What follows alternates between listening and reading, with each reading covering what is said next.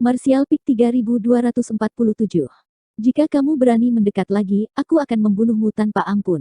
Sebuah suara yang bermartabat terdengar di antara langit dan bumi, seperti guntur yang menggelegar, menyebabkan wajah mereka yang baru saja mendapatkan kembali pijakannya berubah secara drastis ketika mereka menyadari bahwa pemilik suara ini tidak lain adalah apa yang disebut Master Dunia. Mereka yang berani tetap di tempat segera melarikan diri. Dua orang kecil yang cantik memperhatikan situasinya dan terbang dari kebun obat seperti kupu-kupu yang menari. Ketika mereka melihat Yang Kai, mereka berdua membungkuk dan menyapa Tuan. Ini adalah Muzu dan Mulu Yang Kai telah dibawa keluar dari tanah liar kuno. Muzu melirik ke atas dan ke bawah pada Yang Kai sebelum mengulurkan tangan untuk menutupi bibir merahnya. Tuan, apakah kamu terluka? Yang Kai memiliki ekspresi sedih di wajahnya. Yang Kai melambai pada mereka dengan lemah dan terus mengatur napasnya. Kedua roh kayu saling memandang dan mengangguk pada saat yang sama. Tiba-tiba, salah satu dari mereka muncul di depan Yang Kai sementara yang lain terbang di belakangnya. Pada saat yang sama, mereka membentuk serangkaian segel tangan dan tiba-tiba tirai cahaya hijau tua muncul dan menyelimuti Yang Kai. Dari tirai cahaya hijau tua, kunang-kunang kecil terbang keluar dan mengelilingi tubuh Yang Kai, menelannya utuh. Yang Kai juga tahu apa yang dilakukan keduanya, tetapi dia tidak berniat menghentikan mereka. Dia sudah lama mendengar bahwa perlombaan roh kayu sangat mahir dalam menyembuhkan luka, jadi bagaimana mungkin dia tidak memahami niat mereka. Saat lampu hijau gelap berdenyut, Yang Kai merasakan rasa sakit di tubuhnya berangsur-angsur menghilang, digantikan oleh gelombang rasa sakit dan gatal.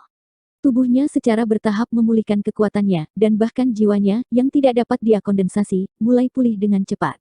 Memeriksa tubuhnya, Yang Kai tiba-tiba menemukan bahwa tubuhnya dipenuhi dengan cahaya hijau, dipenuhi dengan vitalitas saat memperbaiki daging dan meridiannya yang rusak. Cahaya hijau jelas merupakan pekerjaan dari dua roh kayu. Menyipitkan matanya, Yang Kai melihat bahwa sosok kecil yang melayang di depannya memiliki ekspresi serius di wajahnya, dan ujung hidungnya perlahan meneteskan keringat. Tampaknya tindakan semacam ini cukup membebani mereka. Sejujurnya, Yang Kai tidak bisa mengenali dua roh kayu ini, tetapi dari ekspresi orang di depannya ini, itu pasti Muzu. Mulu lebih mudah malu.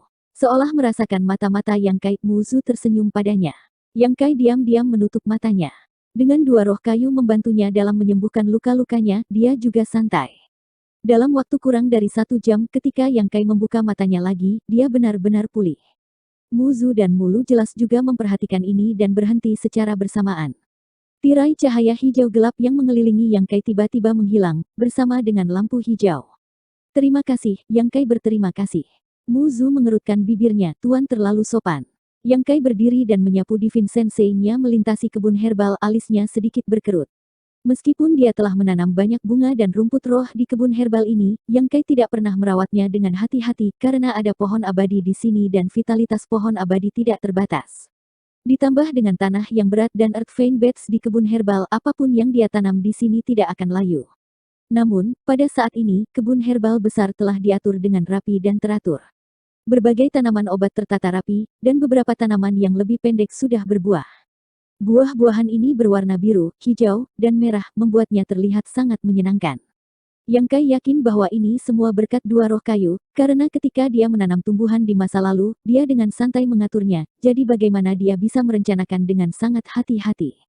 Dia bahkan melihat sejumlah tanaman yang belum pernah dia lihat sebelumnya, tetapi semuanya tampaknya baru saja bertunas dan tampak sangat muda. Di sisi lain, pohon abadi dan pohon azure sangat menarik perhatian, masing-masing berdiri di kedua sisi kebun obat. Yang Kai melihat ke atas dan melihat bahwa daun pohon abadi meringkuk seperti tempat tidur kecil. Melihat kembali ke pohon azure, sepertinya ada situasi yang sama. Yang Kai terkekeh, apakah kamu biasanya tidur di atas daun itu? Muzu dan Mulu saling melirik sebelum yang pertama bertanya, apakah itu tidak bagus? Jika ya, kami. Yang Kai melambaikan tangannya, dalam hal ini kamu semua ahli, sehingga kamu dapat melakukan apapun yang kamu inginkan. Terima kasih Tuan. Yang Kai tersenyum, mengapa berterima kasih padaku? Seharusnya aku yang berterima kasih padamu. Di zaman kuno, ras roh kayu adalah eksistensi yang berspesialisasi dalam merawat kebun herbal. Jika ada roh kayu di kebun herbal, hasilnya akan meningkat setidaknya 30%.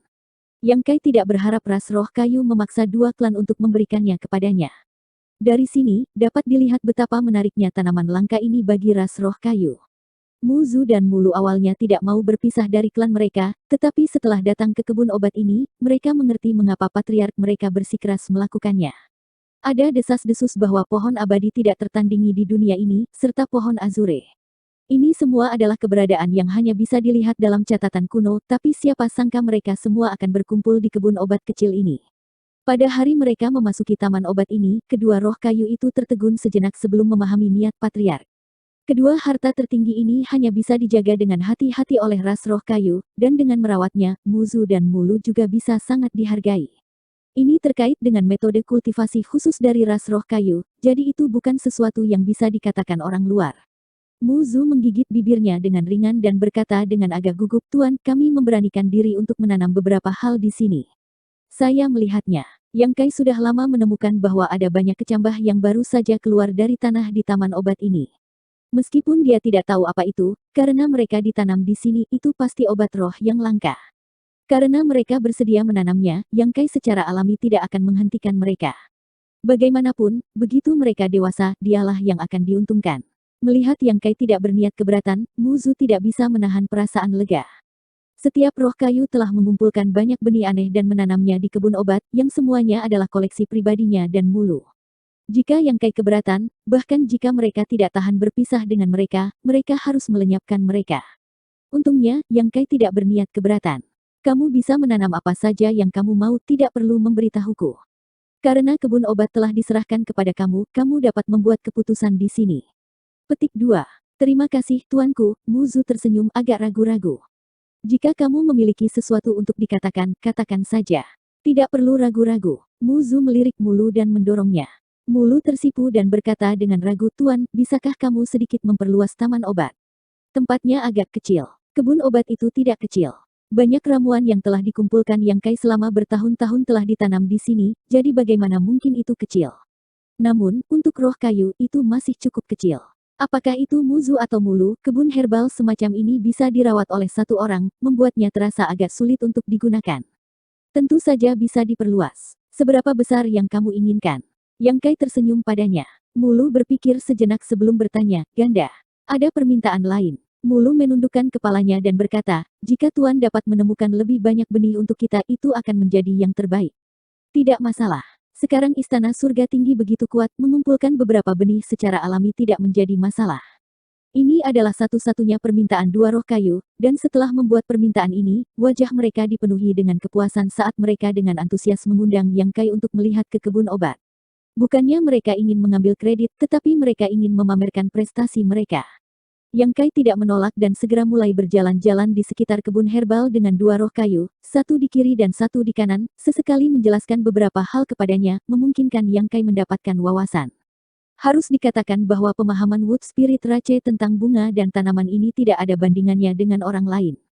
Karakteristik masing-masing ramuan roh, lingkungan tempat mereka tumbuh, periode kedewasaan, dan cara mereka memanen semuanya sudah diketahui. Setengah hari kemudian, Yang Kai pergi. Sebelum dia pergi, dia secara alami mengikuti keinginan mereka dan menggandakan ukuran kebun obat. Tidak ada apapun di kebun obat yang baru ditambahkan, jadi Yang Kai menyerahkannya kepada mereka untuk ditangani. Beberapa hari berikutnya berjalan lancar. Yang Kai menghabiskan sebagian besar waktunya di kamarnya untuk bermeditasi, berkultivasi sambil mengingat wawasannya di dunia kecil yang misterius. Meskipun dia dalam keadaan yang sangat menyedihkan saat itu tidak sepenuhnya sia-sia. Paling tidak pemahamannya tentang energi dunia telah meningkat. Setelah beberapa hari, Yang Kai menjadi wasit untuk hari lain. Malam itu, dia memanggil Xiao Baiyi dan Murong Xiao Xiao untuk menghadiri bursa. Terakhir kali, Yang Kai hanya datang untuk bersenang-senang, tetapi kali ini dia datang dengan persiapan dan memiliki tujuan untuk bertukar. Sangat jarang bagi begitu banyak Master Kaisar Realem untuk berkumpul bersama, sehingga Yang Kai dapat menukarnya dengan beberapa benih aneh untuk memenuhi kebutuhan dua roh kayu. Adapun hal-hal yang ingin dia tukar ada banyak dari mereka. Dengan monster biskores dari berbagai tingkatan yang dimilikinya, jika dia mengeluarkannya, dia pasti akan dapat menarik banyak perhatian. Ada juga semua jenis artefak dan pil, tetapi Yang Kai masih memilih pil kaisar dan membuang 2 botol pil kaisar. Benar saja ini menarik banyak minat orang, dan seperti yang diharapkan, dia menukarnya dengan beberapa bibit tanaman. Setelah kembali ke kamarnya, dia melemparkannya ke Muzu dan Muna. Melihat Yang Kai mendapatkan benih ini begitu cepat, kedua roh kayu secara alami sangat gembira. Meskipun mereka telah mengumpulkan beberapa sendiri, dengan perluasan kebun obat mereka tidak memiliki cukup benih untuk digunakan. Sebagai gantinya, Yang Kai dapat menyelesaikan masalah mereka yang paling mendesak dan berulang kali meminta Yang Kai untuk mengumpulkan lebih banyak. Yang Kai secara alami setuju. Namun, dia mungkin tidak akan bisa menukar apapun di pertemuan pertukaran. Bahkan jika seseorang memiliki benih ini, mereka hanya dapat mengumpulkannya dengan santai. Tidak mungkin bagi mereka untuk dihargai oleh roh kayu, jadi tentu saja tidak akan ada terlalu banyak dari mereka. Yang Kai hanya bisa menunggu pertemuan bela diri ini berakhir dan kembali ke domain utara sebelum memikirkan cara. Dia percaya bahwa ketika saatnya tiba, dia akan dapat mengumpulkan seluruh kekuatan wilayah utara dan mengumpulkan beberapa benih. Suatu hari, Yang Kai sedang bermeditasi di kamarnya ketika dia tiba-tiba mendengar ketukan di pintunya. Membuka matanya, Yang Kai mengangkat tangannya dan membuka pintu.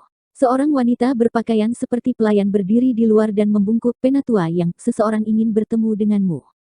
Para pelayan diatur oleh Plain Palace untuk melayani mereka.